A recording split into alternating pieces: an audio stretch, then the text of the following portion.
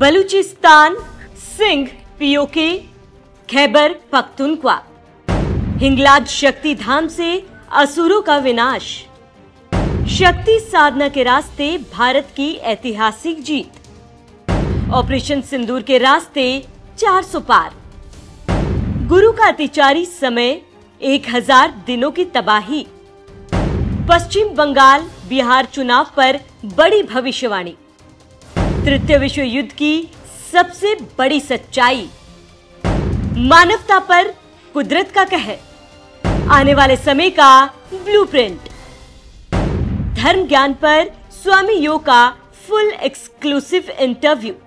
नमस्कार, धर्म ज्ञान के दर्शकों का स्वागत है। कविता राणा और मेरे साथ मौजूद है आध्यात्मिक गुरु स्वामी योगेश्वरन गिरी महाराज जी। महाराज जी, सबसे पहले तो आपका धर्म ज्ञान में स्वागत है। नमस्कार, नमो नारायण, धन्यवाद। और आज के इन शुभ घड़ियों में, शुभ मुहूर्त में आपको बहुत बहुत बधाई और अभिनंदन। नमो नारायण। शुरुआत करने से पहले मैं अपने दर्शकों को ये जरूर बता दूं, पहलगाम हमले से ठीक पहले स्वामी योग जी ने भारत पाकिस्तान के बीच युद्ध होने की जो तनाव है, जो तनाव की स्थिति उत्पन्न होगी, इसकी भविष्यवाणी कर दी थी। 1000 दिनों की तबाही की पिक्चर हमें बहुत पहले ही दिखा दी थी। गुरु के अतिचारी होने के समय से पहले ही बता दिया था कि आने वाला समय कितना भयावह होगा, ना सिर्फ भारत के लिए बल्कि पाकिस्तान के लिए भी।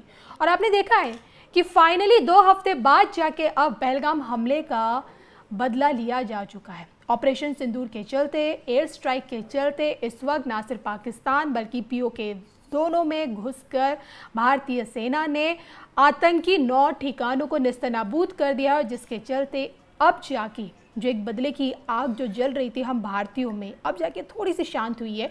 लेकिन क्या हम ये समझ लें कि ऑपरेशन सिंदूर से पाकिस्तान का परमानेंट इलाज हो चुका है या अब और ज़्यादा इलाज अभी होना बाकी है? बताएं महाराज जी।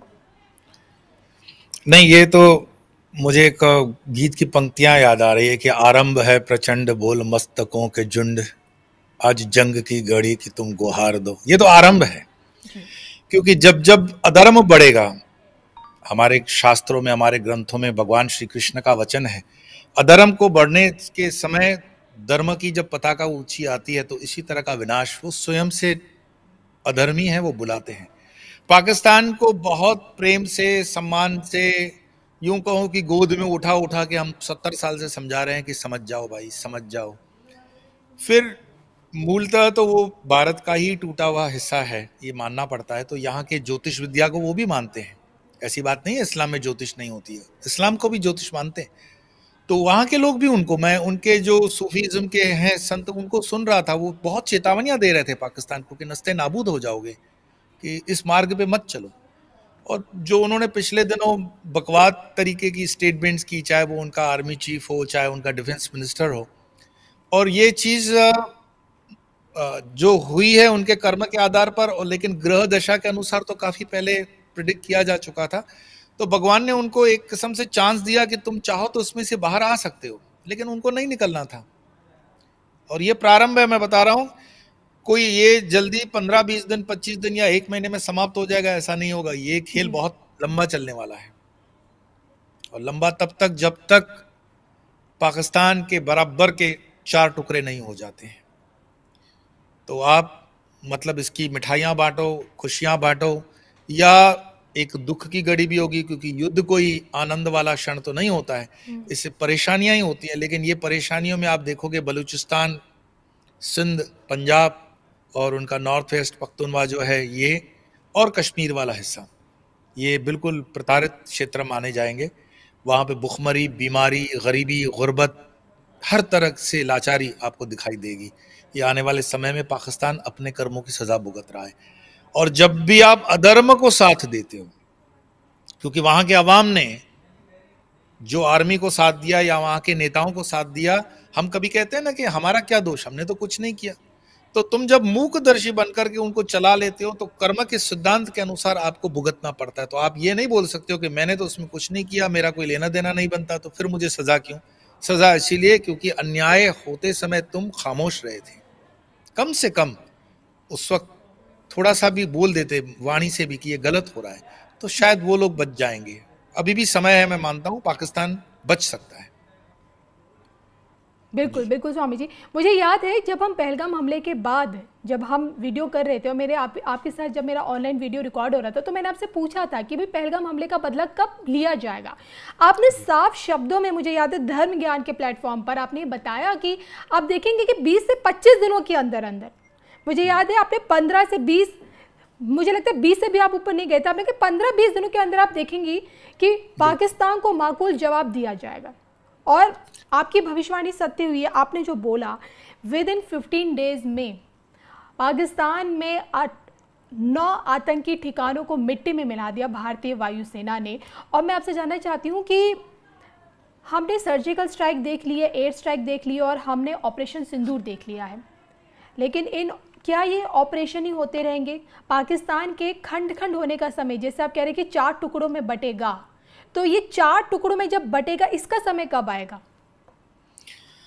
देखो, जैसे मैंने बताया कि ये 14 मई वाली तारीख थी, 14 मई को बृहस्पति अतिचारी होंगे, और मैंने कहा था कि ज्योतिष शास्त्र में हम एक पखवाड़ा यानी 15 दिन प्लस और माइनस लेते हैं, तो 14 मई के हिसाब से तो 1 मई से घंटी बजनी शुरू हो गई थी। 6 मई को हमने अटैक, मतलब जो हुआ वो लेजिटिमेट हमारा अटैक हुआ है। अब धीरे धीरे इसमें एक चीज आप और ध्यान देंगे कि गहराई कितनी है, कितना विचार है, कितना विवेकपूर्ण निर्णय है सारे। इस ऑपरेशन का नाम सिंदूर रखा गया है। आज तक हम जो भी ऑपरेशंस के नाम ज्यादातर देते थे वो पराक्रम, इस तरह के मैस्कुलाइन नाम देते हैं। ये पहली बार मैंने बताया था कि इस देश में शक्ति साधना का जागरण हो रहा है। शक्ति की उपासना जो करेगा वो बचेगा। भारत को इस समय शक्ति की साधना करनी पड़ेगी। और सिंदूर किसका है? हम माँ कामाख्या के सिंदूर की कितनी कीमत है आप जानते हो। हिंदुओं में सिंदूर कितना महत्वपूर्ण है आप मानते हो। ये माँ दुर्गा, माँ नवचंडी, माँ रणचंडी, नवदुर्गा इत्यादि शक्ति पूजन में इस सिंदूर का प्रतीकात्मक हम देखते हैं कि क्या महत्व है जी। तो ये भारत माता के श्रृंगार से आप जोड़ करके ले लो। और भारत माता का श्रृंगार कहाँ है, सिंदूर कहाँ लगाते हो? तो मस्तक पे है जी। और मस्तक पे जब सिंदूर लगाया जाता है तो हम मानते हैं कि वो श्रृंगार का बहुत एक महत्वपूर्ण अंग माना गया है। यहाँ से प्रारंभ किया है और यहाँ से प्रारंभ हो गया और खुले, जिसको कहते हैं ना, डंके की चोट पे 9 जगहों पर अटैक होता है और विद इन मिनट्स भारत उसको कंफर्म करके जिन जिन को मतलब अपडेट करना था वो अपडेट होता है। दूसरी आपने एक चीज देखी होगी कि इस पूरे न्यूज की अपडेट देने वाली दोनों मातृशक्ति हैं। एक है कर्नल सोफिया कुरैशी और दूसरी है विंग कमांडर व्योमिका सिंह जी। आप इसको भी प्रतीकात्मक समझना। ये कोइंसिडेंट नहीं है कि दोनों स्त्री शक्ति, नारी शक्ति ब्रीफ कर रही है। भारत के अंदर नारी शक्ति का जागरण का ये प्रतीक है। सिंदूर इस ऑपरेशन का नाम है और ब्रीफ करने वाली दोनों नारी शक्ति हैं। तो मैं मानता हूं कि धीरे धीरे आपने देखा होगा कि जल से विवाद प्रारंभ होता है तो जल भी सिंधु नदी है जी। वहाँ शक्ति जो हमारे मतलब कहते हैं ना अधिकार वाला जल था वो वहां जा रहा था जी। तो कभी कभी दुराचारियों को, पापियों को जल पिलाना पुण्य नहीं होता है, पाप होता है। वो हमने पुण्य काम कर दिया, कि हमने दिखा दिया। अब प्रश्न होता है कि इस चीज का इम्पैक्ट देखो। ज्योतिष जो है उसको सिर्फ हम रैंडमली ये नहीं कह सकते कि ये ज्योतिष जो है वो धर्म से जुड़ा हुआ। ज्योतिष पूरा का पूरा विज्ञान है, साइंटिफिक है। अगर आपके अंदर थोड़ी भी फिजिक्स, भौतिक शास्त्र की समझ है जी। और विज्ञान का थोड़ा भी आपके अंदर गहराई समझने की है तो आप ज्योतिष शास्त्र को काफी लंबे तक समझ भी सकते हो और उस ज्योतिष शास्त्र के आधार पर काफी कुछ बदल भी सकते हो और काफी कुछ चाहे तो चेंज भी कर सकते हैं। क्यों? इसका समाधान हमारे हिंदू धर्म में है, कर्म के आधारित। आप कर्म करके कुछ चीजों को बदल सकते हो, पूर्ण रूप में न भी बदलें। जैसे पूरी बारिश की सीजन में बारिश होने वाली है, मैं हमेशा ये उदाहरण देता हूं, हम बारिश को बंद नहीं कर सकते हैं। तो ज्योतिष शास्त्र कहता है कोई बात नहीं, मैं आपको छाता बना के देता हूं, अपने सर को बचा लो, बच जाओगे। ज्योतिष वो छाता है। तो इसमें कई प्रेडिक्शंस, जैसे मैंने बताया था कि एक वो जो वक्फ वाला बिल था, नवंबर में अगर रिलीज होता तो दंगे फसाद हो सकते थे। उसी आधार पर मैं आज, क्योंकि पाकिस्तान वाला मुद्दा है, पाकिस्तान को हालांकि मैं मानता हूं कि 10-15 साल पहले ही डिसमेंटल हो जाना चाहिए था, लेकिन चूंकि मैं हमेशा कहता हूं वो है तो हमारी नाजायज तरीके से निकली हुई जगह, तो वो कोई ऋषियों का पुण्य, कोई वहां पे भी 2-4 अच्छे साधुवाद वाले पुरुष होंगे जिसकी वजह से वो देश टिका रहा है थोड़ा बहुत। और अब उसका समय समाप्त हो गया। अब आप देख रहे हो हमारी हिंगलाज माता, मैं शक्ति पे आ रहा हूँ, बलूचिस्तान में कौन है शक्तिपीठ? हिंगलाज माता जी है। ये हिंगलाज माता जी जागृत हो रही हैं और आप देखोगे कि बलूचिस्तान में अपने आप जो मूवमेंट हो रहा है उसमें कोई हिंदुस्तान का हाथ वगैरह कुछ विशेष नहीं है, वो अपने आप में आजाद होने की मुहिम वहां चल रही है। मैं जल के बंटवारे को देख करके देख रहा था कि सिंधी और पंजाबी वहां पे लड़ रहे हैं अभी। तो सिंधु को सिंधु देश अलग चाहिए। पंजाबी हमेशा से वहां हावी रहा है, पंजाबियों ने वहां पर शोषण किया है पाकिस्तान के। पंजाबियों ने जितना आतंक वहां फैलाया हुआ है वो और किसी जगह का मतलब कंपैरेटिवली नहीं है। पठानों को उन्होंने परेशान किया, आपने देखा इमरान खान के साथ क्या हुआ। तो धीरे धीरे वहां पर हम जो कहते हैं ना कि भारत देश के अंदर जातिवाद है, नहीं भाई, जातिवाद जितना भारत के अंदर है वो भी भारत का ही हिस्सा है, उतना जातिवाद वहां पर है। वो जो बार बार कहते थे ना कि इस्लाम में, कुरान में एक बिंदी तक की करेक्शन नहीं होती है, तो कुरान तुम्हारा एक है, रसूल तुम्हारा एक है, सब कुछ एक है, फिर क्यों लड़ मर रहे हो? तो ये साबित करता है कि अगर पुस्तक एक हो जाए या उसके मानने वाले भी एक मस्जिद में खड़े हो जाएं तो इससे कोई मनुष्य के स्वभाव में फर्क नहीं पड़ता है। हमारे अपने अपने हित होते हैं, हमारे अपने अपने सर्वाइवल के फॉर्मूलाज होती हैं, उस आधार पर ये झगड़ा होना स्वाभाविक है। और पॉलिटिकली पाकिस्तान के पास अब इतना कोई बहुत बड़ा फंड नहीं है। यूक्रेन की लड़ाई में वहां के जनरल्स ने क्या किया, जो गोला बारूद था वो ब्लैक मार्केट अंडर कवर में जाकर के यूक्रेन को बेच दिया, पैसे हाथ में आ गए। पाकिस्तान के पास लड़ने के लिए 4 दिन का भी गोला बारूद नहीं है। अगर आप 1 घंटे पहले की न्यूज देखोगे तो वहां का डिफेंस मिनिस्टर ख्वाजा और प्राइम मिनिस्टर जो है शरीफ, वो अब कह रहे हैं कि हम विवाद चाहते ही नहीं है। बिल्कुल। तो जब विवाद चाहते नहीं थे तो ये 250 ग्राम के तुम न्यूक्लियर वेपन हिंदुस्तान पे क्यों छोड़ रहे थे भाई? हैं? ख्याली पुलाव बनाते हो या शब्दों का दुरुपयोग करते हो। तो हर परिवार में होता है ना, छोटे भाई को चाहिए कि बड़े भाई की इज्जत करे। तो पाकिस्तान के अंदर ये कैरेक्टर नहीं रहा, तो कोई भी उठा के चला आता है नेता और कुछ भी बकवाद कर लेता है। उनको वास्तविकता पता नहीं है कि उनके खाने के ठिकाने नहीं है, पीने का पानी नहीं है, रहने को जगह नहीं है। एक युद्ध जो होती है वो युद्ध में स्ट्रेटेजी काम लगती है, रणनीति काम लगती है, संसाधन काम लगते हैं, आपके मित्र राष्ट्र काम लगते हैं। ठीक है, वो समीकरण बाद में बदल भी जाता है क्योंकि जमीन बाद में इसमें रोल आएगा आगे चल करके इस लड़ाई में। तो काफी चीजें मैंने कहा कि अभी प्रारंभ हुआ है मई में। हम मई से जब जून की तरफ चलेंगे तो जुलाई में यह युद्ध अलग दृष्टि से चला जाएगा। हम अब पीछे इसलिए नहीं हट सकते जब तक हम उस बीमारी का इलाज ना कर लें जी। जैसे मानो कि पाकिस्तान इस देश के लिए एक कैंसर है और यहाँ पर भी पाकिस्तान के विचारधारा के कुछ मुट्ठीभर हैं जो उनके विचारों को समर्थन देते हैं। और आपने देखा, मैं हमेशा कहता था कि कई लाखों पाकिस्तानी पासपोर्ट डबल लेके बैठे हुए हैं, वो अब सत्य आपको दिख रहा है। ये कोई भविष्यवाणी नहीं थी, ये तथ्य थे।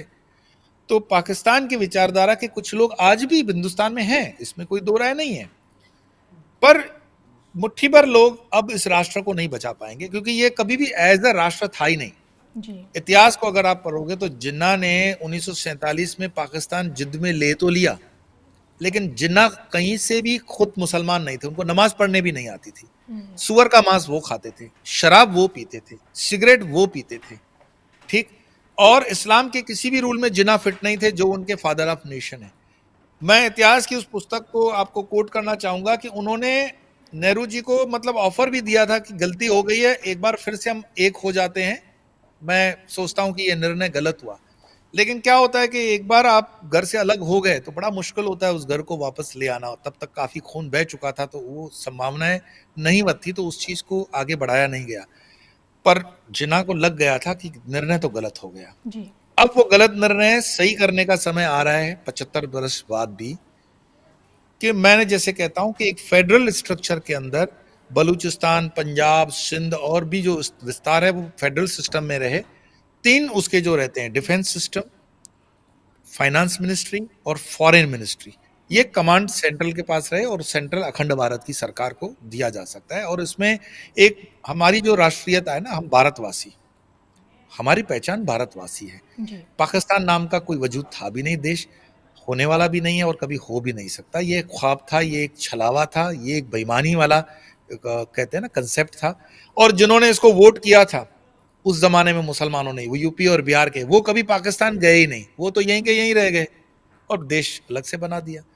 तो जो इस देश का बुनियाद बेईमानी हो, वो बेईमानी ज्यादा दिन नहीं चल सकती है, विधाता भी उसको कभी सपोर्ट नहीं कर सकता है।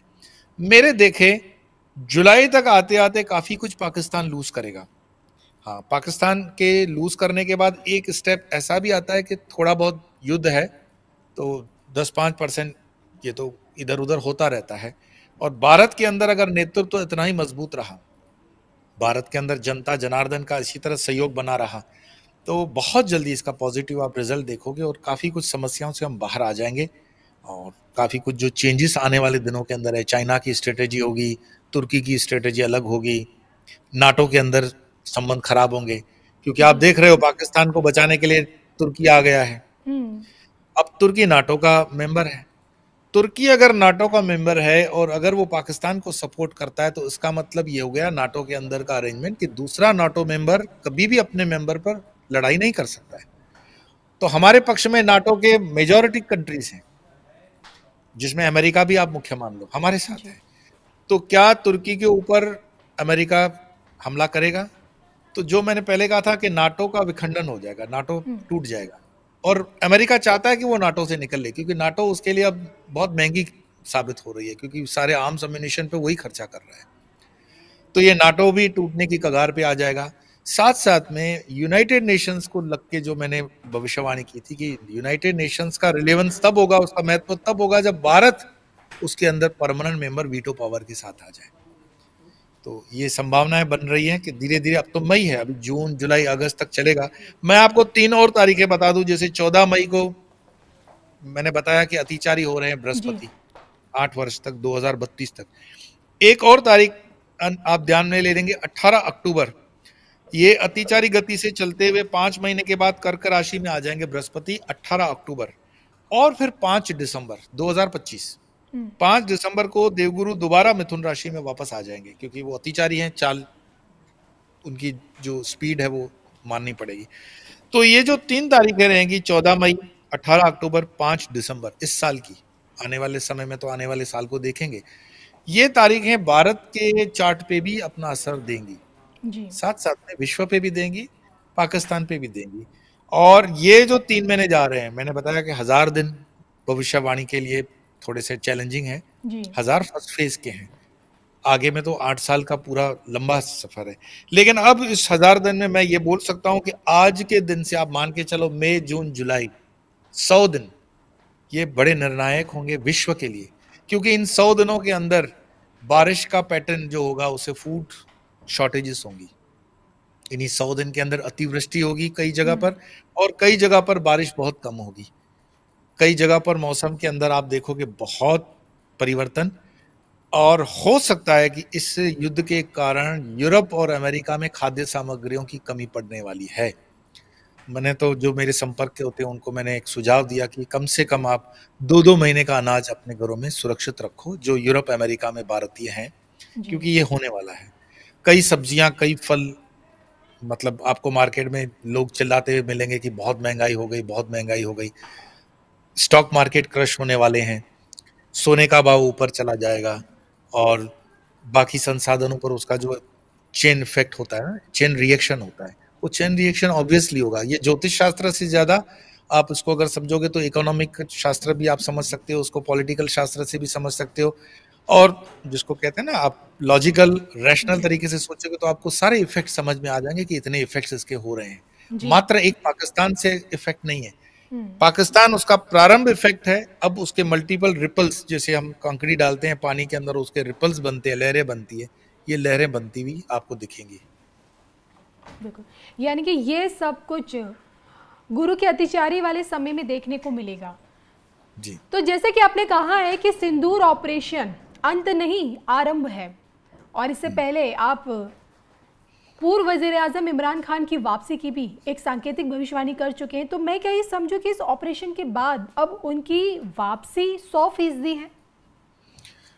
मैं फिर कहूंगा ज्योतिष में कोई भी चीज 100% नहीं होती है। अच्छा, 99%?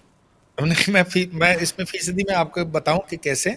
जब मैंने आज से 2 महीने 3 महीने पहले कहा था कि इमरान खान के, जनवरी की ये प्रेडिक्शन थी मेरी अपने चैनल वाले 2025 की भविष्यवाणियों में, कि इमरान खान के प्रधानमंत्री बनने के बन रहे हैं समीकरण।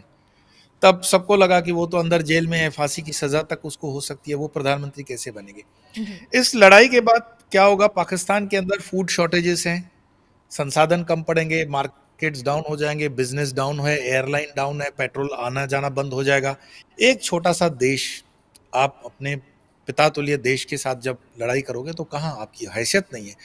तो देश के अंदर सिविल वॉर अभी तो चल ही रही है, उस सिविल वॉर में और पेट्रोल का काम किया इन्होंने। इसको अगर बंद है तो एक चालाक पॉलिटिशियन या चालाक आर्मी के जो अफसर रहेंगे वो क्या करेंगे, इसको बंद करने के लिए आपको मरता क्या न करता इमरान खान को ही प्राइम मिनिस्टर बनाना पड़ेगा। मैं इसका प्रमाण देता हूं वैज्ञानिक तरीके से। जब भारत ने सिंधु जल संधि को रद्द किया, उस समय मुनीर जो वहां का सेना अध्यक्ष है, उसने इमरान खान को कहा कि आप पार्टी लाइन पर आकर इसका खंडन करो। इमरान खान ने साफ इनकार कर दिया। मैं अपने मतलब स्रोत से बता रहा हूं। तो जब इमरान खान ने उस पर मना कर दिया तो इमरान खान पर इनह्यूमन एटीट्यूड, उसके ऊपर जाति करने के लिए उसके साथ दुर्व्यवहार किया, आज उसी के कारण वो अस्पताल में आ गया जी। इमरान खान पठान है और पठान इतनी जल्दी झुकता नहीं है। तो भारत के साथ भले उसका विवाद हो, जो भी हो, लेकिन उसका एक अंदर का जो थोड़ा बहुत भी कहते हैं ना कि सोच समझ थी कि ये गलत कर रहे हैं, तो उसने उस चीज को अप्रूव नहीं किया कि हम विरोध नहीं करेंगे।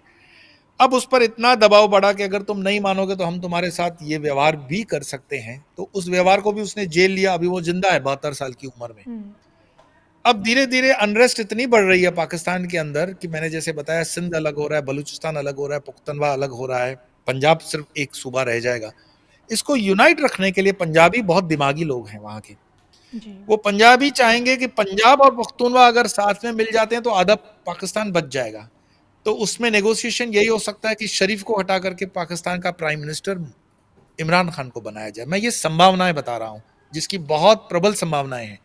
और ये आपको जून के मध्य में मूवमेंट आपको मिलनी शुरू हो जाएगी कि पाकिस्तान की सेना इमरान खान के साथ डील कर रही है, इमरान के सर से कई इल्जाम हटाए जाएंगे, अदालतें उसको बरी करना शुरू कर देगी, और फिर धीरे धीरे धीरे धीरे इमरान अगर बागडोर संभालता, अगर इमरान के गृहचारी और ये बुद्धि का उसने खूब मतलब जिसको बोलते हैं ना परिचय दिया, तो ये व्यक्ति चाहे तो बहुत कुछ पॉजिटिव कर सकता है जी। लेकिन यही व्यक्ति विनाश का कारण भी बनेगा पाकिस्तान की, क्योंकि हाँ, पाकिस्तान के विनाश का कारण भी यही बनेगा। रीजन ये है कि अगर इसको मान लो कि कुर्सी पर बिठा दिया जाए जी, तो दो तरीके हैं देश को उसको बचाने के लिए कि वो भारत के साथ शांति संधि कर ले, और जो भारत की शर्तें हैं, भारत की जो शर्तें हैं कि आतंकवादियों को, जो गुनाहगार हैं उनको हमारे पास भेज दो, जो कैंप्स बंद करने हैं वो पीओके वापस उसको करना ही पड़ेगा बिना किसी संघर्ष के। अगर ये चीजें वो इशू ना बनाते हुए हो जाती है तो बहुत बढ़िया, जिसकी संभावना है बहुत कम है, जीरो मेरे ख्याल। और अगर उसके सामने वो खड़ा हो गया कि नहीं, जैसे वहां के अवाम का दिमाग के अंदर है ना कि हम तो संघर्ष में ही करेंगे, भूख मर जाएंगे, घास खाएंगे, लेकिन हम बम बनाएंगे जी। अगर उसी नीति पे वो रहता है तो उस नीति पे रह करके तो उनके पास ना अनाज रहेगा, ना पानी रहेगा, ना बिजली है, ना गैस है, ना पेट्रोल है, तो फिर से उस कुर्सी का वो फायदा नहीं ले पाएगा। और दूसरी एक बात कि उसके खुद के लोग आसपास तो सारे मुस्लिम ही थे उसके, तो उसको जेल में डालना, उसके ऊपर प्रताड़ना करना, कोई हिंदू तो नहीं था। अगर उसका ये विवेक जग जाए कि मेरे ही लोगों ने मेरे खिलाफ काम किया है, तो अब ये समय है कि मैं सत्य का साथ दूं, तो शायद एक छोटा सा मतलब मैं देख रहा हूं कि रोशनी का एक झरोखा, एक खिड़की खुली हुई है, यहाँ शांति होने की संभावना है। पर उसकी बुद्धि भ्रष्ट है, उसके आसपास की सर्कल भ्रष्ट है, तो ये संभावनाएं लगभग नहींवत भी हो जाती हैं। अब उसमें उसका विवेक, उसकी साधना, पाकिस्तान के लोगों का भविष्य, उस धरती पर परमात्मा की कृपा, ये फैक्टर्स भी काम करेंगे। ये आपको पता पड़ेगा जून के बाद, और जो मैंने आपको बताया जुलाई महीने में, और उसका निर्णय आपको जुलाई के बाद डेवलप होता हुआ दिखाई देगा पूरी तरह से। जी जी स्वामी जी, लेकिन इन सब के बीच अगर मैं बात करूं हमारे देश के प्रधानमंत्री नरेंद्र मोदी जी की, जिनकी हमने हमेशा देखा है कि जब जब पाकिस्तान ने आतंक की आड़ में हम लोगों को चोट पहुंचाने की कोशिश की है, तो पीएम मोदी की एक स्ट्रॉन्ग लीडरशिप ने माकूल जवाब दिया है। हमने देखा है कि पीएम मोदी के 2014 से लेकर अब तक के कार्यकाल में air strike, surgical strike, operation Sindoor, ये सब हमने देखा है कि पाकिस्तान को उसकी औकात दिखाई है पीएम मोदी जी ने। लेकिन मैं आपसे जानना चाहती हूँ, अब जो समय है, आपने बताया ना कि गुरु का अतिचारी समय, 1000 दिनों की तबाही, जिसका एक ट्रेलर अभी हमें देखने को मिला है, तो आने वाला जो समय है क्या पीएम मोदी के लिए उतना ही ज़्यादा स्ट्रांग रहने वाला है, या कहीं आपको लगता है कि पीएम मोदी कहीं हमें कमज़ोर हो दिखेंगे क्या, कहीं कमज़ोर पड़ सकते? पीएम मोदी कहीं भी कमजोर पड़ेंगे भी नहीं और होने वाले भी नहीं है। लेकिन ये सच है कि हम जब एक नेतृत्व प्रधान जो व्यक्ति होता है, तो परमात्मा तो है नहीं कि हमेशा सब चीजें सही बैठे। तो हम जब आंकलन करते हैं तो ये कहते हैं ना, जैसे क्रिकेट मैच के अंदर होता है कि अरे इस बॉल पे तो चौका लगाना था, अरे इस पे छक्का लगाना था, इस बॉल को नहीं खेलना था।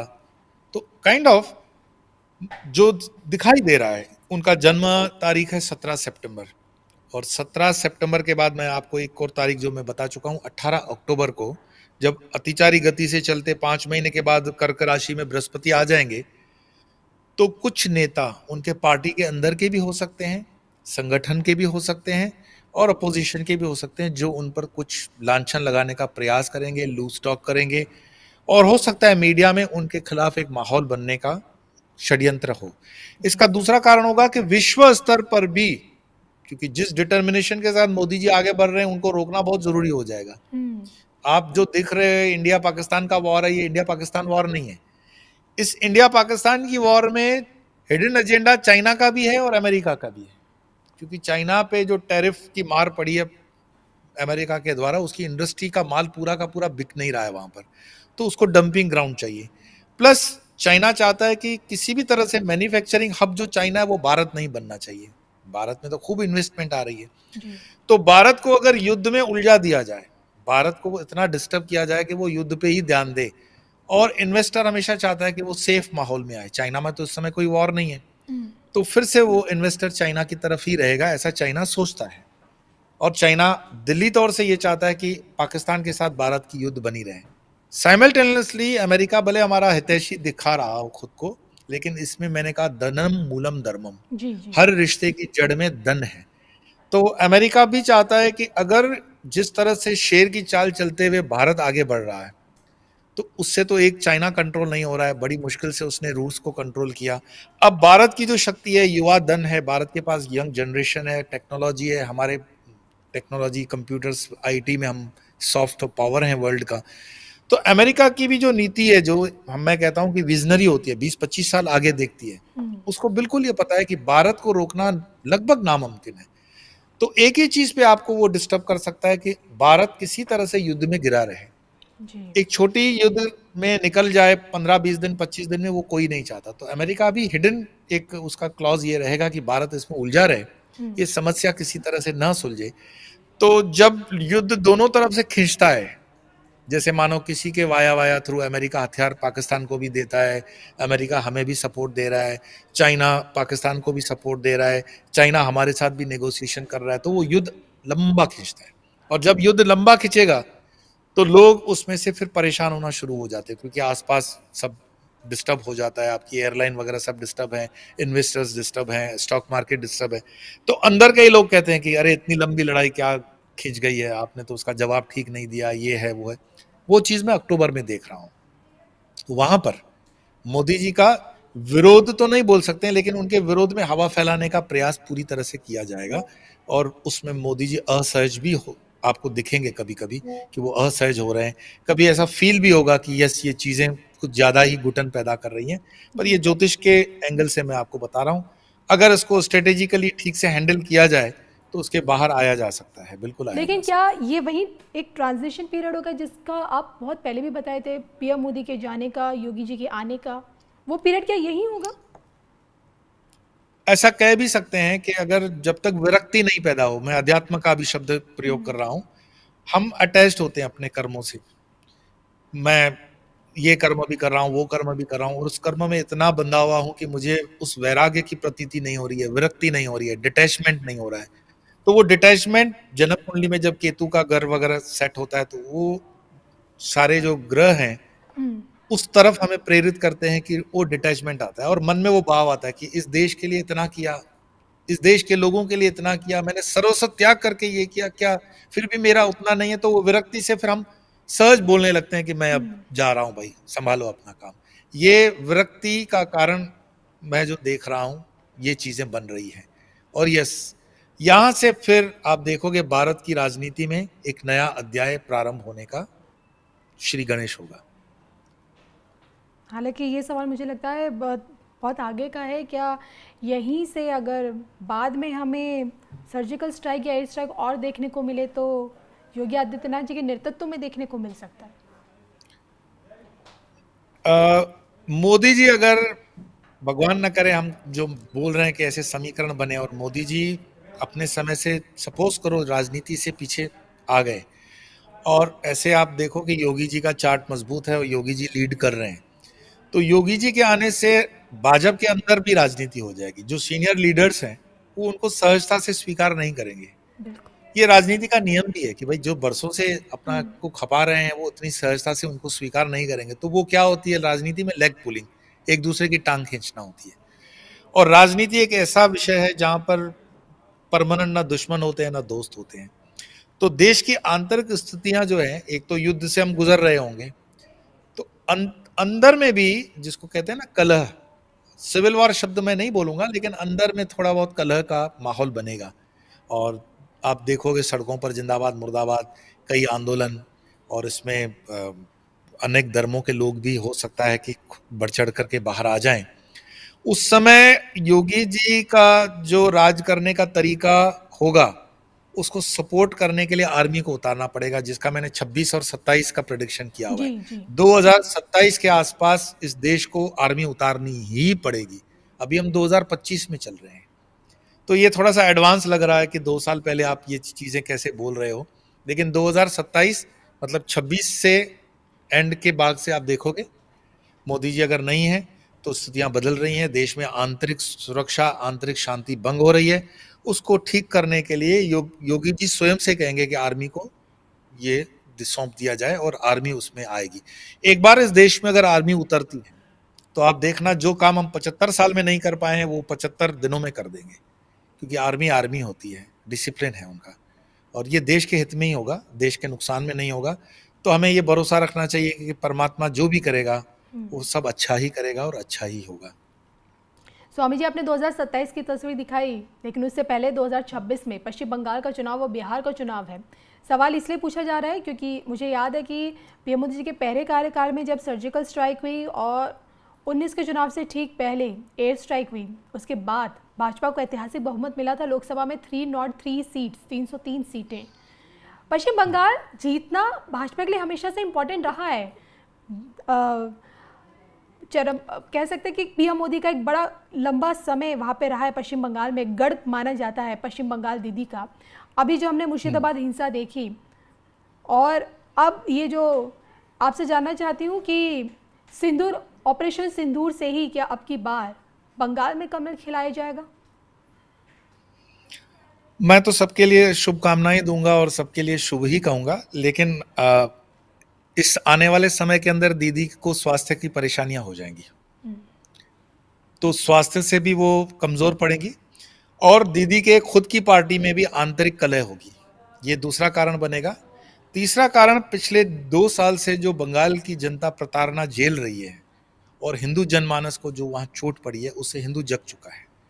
ये चीज बीजेपी को फायदा देगी, और इन चीजों को ध्यान में लेते हुए बीजेपी अगर कोई भूल ना करे, अगर अपनी आंतरिक कलह या कोई पॉलिटिकल भूल ना करे, तो बंगाल के अंदर बीजेपी बहुत अच्छे से सरकार बनाने की किनारे पे है।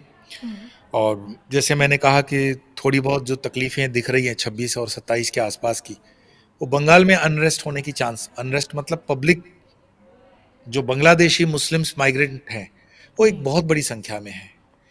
तो आप देखोगे कि जो भी आंदोलन बंगाल में हो रहे हैं वो बांग्लादेशी मुस्लिम्स के द्वारा होंगे, जो दंगे भी होंगे बांग्लादेशी मुस्लिम्स के द्वारा हिंदुओं के विस्तार में किए जाएंगे। अगर उसमें ठीक से वर्तमान दीदी की सरकार उसका मुकाबला कर लेती है तो अपनी साख बचा लेगी और कुछ राजनीतिक भी लाभ उसको मिलेगा। लेकिन मुझे लगता है कि फिर से वही विनाश काले बुद्धि विपरीत, अब छोटी छोटी गलतियां करते हो और उसका खामियाजा बड़ा होता है। तो ये एक बीजेपी के लिए दरवाजा खोल रहा है।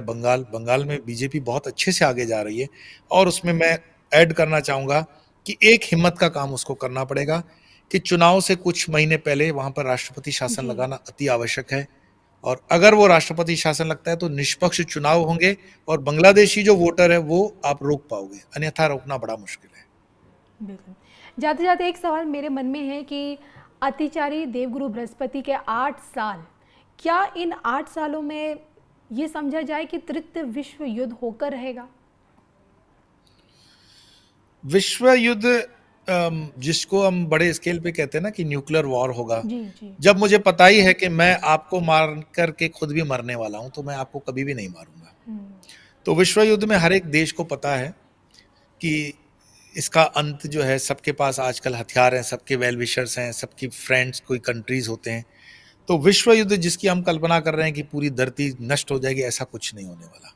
निश्चिंत हो जाओ, क्योंकि अंतर्गोत्वा परमात्मा सर्वोपरि है और वो ही बुद्धि प्रदान करता है। लेकिन हाँ, जैसे मैंने कहा कि जल के माध्यम से जो बीमारी आ रही है, ये इन्हीं अतिचारी बृहस्पति के कारण होगा। स्वास्थ्य का बहुत बड़ा एक खतरा दिखाई दे रहा है। मैं इसको मानता हूं कि बीमारी कोरोना की तरह कोई वायरस वगैरह है, ऐसा न होकर के लेबोरेटरी वगैरह में भी कोई हो सकता है एक्सीडेंट हो जाए। इस तरह से भी हो सकता है कि कोई रिएक्टर, न्यूक्लियर रिएक्टर या लैब जो समुद्र में अंदर है, उसमें कोई एक्सीडेंट हो जाए और उसका बैक्टीरिया या वायरस पूरे विश्व में नुकसान करे। और मौसम में जो फेरबदल हैं, सुनामी है, हवाएं हैं, बारिश है, क्योंकि ये अतिचारी होने से क्या हो जाता है कि पूरा इम्बैलेंस, कॉस्मिक इम्बैलेंस हम देख रहे हैं, वो चेंज हो रहा है। सारे ग्रहों का जो इस समय समीकरण दिख रहा है वो कोई ज्यादा पॉजिटिव नहीं है। तो दो तरीके हैं कि इसको व्यक्ति अपने को बचाएगा, परिवार को बचाएगा, अड़ोस पड़ोस को बचाएगा, राज्य को बचाएगा, देश को बचाएगा, या पूरी मानवता। अभी बड़ी बड़ी बातें काम नहीं लगेगी। ऐसा कोई व्यक्ति निकले और बोले पूरी मानवता को बचाऊंगा, पूरी मानवता को बचाने से अच्छा है भाई तू अपने आपको और परिवार को बचा लो, बहुत बड़ी बात है। तो कैसे बचाओगे? तो एटलीस्ट सनातन धर्म में मैं कहता हूं कि उसमें मार्ग दिया हुआ है कि धर्म की शरण में आ जाओ, धर्मो रक्षति रक्षत है। और जो मिनिमम साधनाएं हैं, कम से कम 24-25 मिनट आपको अपने दिन में, 24 घंटे में से 24 मिनट की साधना मैं हमेशा कहता हूं करो, और जो मिनिमम कर सकते हो वो करो। हमारे सनातन धर्म ने उसकी पूरी व्यवस्था दी हुई है। हाँ, ये बात सच है कि जब आग लगती है तो हो सकता है उस आग से हमारा घर न जले, लेकिन उस आग का उड़ता हुआ जो कचरा होता है, कालिक, वो गिरती है, हीट आपको दिखाई देती है, वो अपने तक आती है। थोड़ा बहुत उसका साइड इफेक्ट तो आता ही है, 100% आप सुरक्षित तो ऐसा नहीं। तो तीसरा विश्व युद्ध उस मायने से आएगा कि जैसे ग्लेशियर्स पिघल रहे हैं, अब वो तो कुदरत के आप अकाउंट में डालोगे, किसी व्यक्ति के इसमें नहीं जाता है। लेकिन अगर कोई न्यूक्लियर रिएक्टर या न्यूक्लियर अटैक करने के बाद ग्लेशियर वगैरह पे आपने कुछ कर दिया है और पानी का स्तर बढ़ा दिया, तो ये मानव की भूल हो सकती है, ह्यूमन एरर हो सकता है। और उससे मैं बड़े स्केल पे इसको मानता हूँ कि उसको प्रेरणा देने वाला तो वही तत्व परमात्मा वाला ही होता है। दुर्बुद्धि देने वाला कौन है? तो दुर्बुद्धि भी वही देगा, सद्बुद्धि भी वही देगा, लेकिन सद्बुद्धि से लगने के लिए आपको धर्म की शरण में रहना चाहिए। और आपके कर्म खराब हैं, दुर्बुद्धि की तरफ आओगे तो दुर्बुद्धि भी देने वाला तो वही है। तो परमात्मा निष्पक्ष है, परमात्मा को कोई लेना देना नहीं है कि आप उसमें क्या करने वाले हो, क्या नहीं करने वाले हो। वो कहते हैं जैसा कर्म वैसा उसका फल होगा। तो हमारे हाथ में क्या है कि हम अपने कर्मों को अच्छा कर सकते हैं, हम अपने कर्मों को दिशा दे सकते हैं, और हम अपने कर्मों के आधार पर उस फल को भी प्राप्त कर सकते हैं। चॉइस हमारी है, हम कौन सा, जैसे पाकिस्तान का कुकर्म उसको आज डुबो रहा है, वो चाहता तो अपने कर्म को थोड़ा बदल करके उसमें से फायदा ले सकता था। तो ऐसे कई और देश भी होंगे आपको आने वाले 25, 26, 27 में दिखेंगे जो अपने कर्मों के कारण तकलीफ में आएंगे, और उनके समष्टि में किए हुए कुकर्मों की वजह से दूसरे साधु लोग भी परेशान हो जाएंगे जी। तो ये प्रकृति का नियम है, हम उस नियम के बाहर नहीं है। बिल्कुल, प्रकृति का नियम है। और आपने धर्म की बात की है, जब मैं ज्योतिष के साथ जब मैं बैठती हूँ, उनके साथ जब मैं ग्रह गोचर पे वीडियोस बनाती हूँ, तो दावे किए जाते हैं कि अब जब शनि गुरु के घर में आ गए हैं मीन राशि में, और देवगुरु बृहस्पति को हमेशा से धर्म से जोड़ा जाता है, धर्म के प्रचार प्रसार से जोड़ा जाता है। माना यह जाता है कि आने वाले समय में संपूर्ण विश्व के जितने भी धर्म हैं इनका एकीकरण हो जाएगा, और अंततः इस विश्व में सिर्फ एक धर्म रह जाएगा जो कि विश्व का कल्याण करेगा, सनातन। क्या ऐसा है? ऐसी क्या उम्मीद है? इस पर आप क्या सोचते हैं?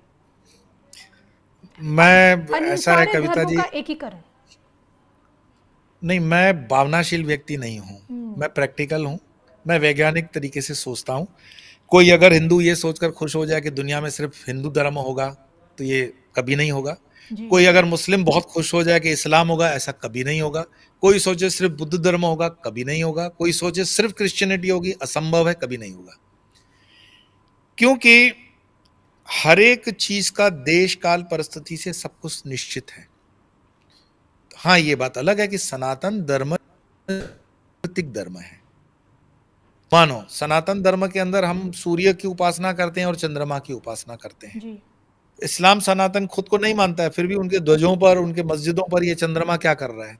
तो सनातन है तो सही उसके मूल में।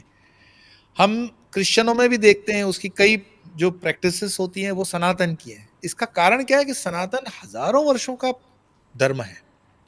सनातन की यात्रा हजारों वर्षों की है। क्रिश्चियनिटी की 2100 साल है, इस्लाम की 1400-1500 साल है, बुद्धिज्म 2000 साल से है, लेकिन सनातन हजारों वर्षों से। तो सनातन सबका मूल में धर्म है, प्राकृतिक धर्म है, प्रकृति का धर्म है। तो प्रकृति से जो भी आप उठाते हो अपने धर्म में जोड़ते हो तो वो सनातन ही है।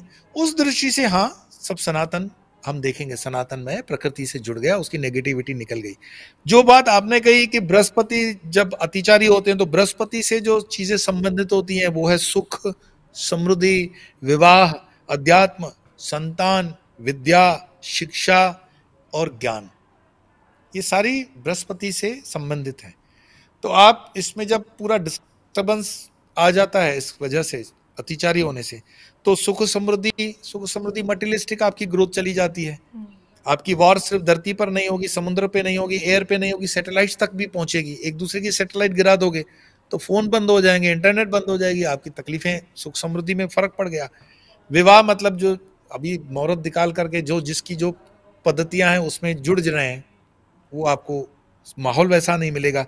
अध्यात्म में ये रहेगा कि मन जब बिल्कुल डिस्टर्ब हो जाता है तो आपका पूजा पाठ भी डिस्टर्ब हो जाता है। गुरु, बृहस्पति गुरु है।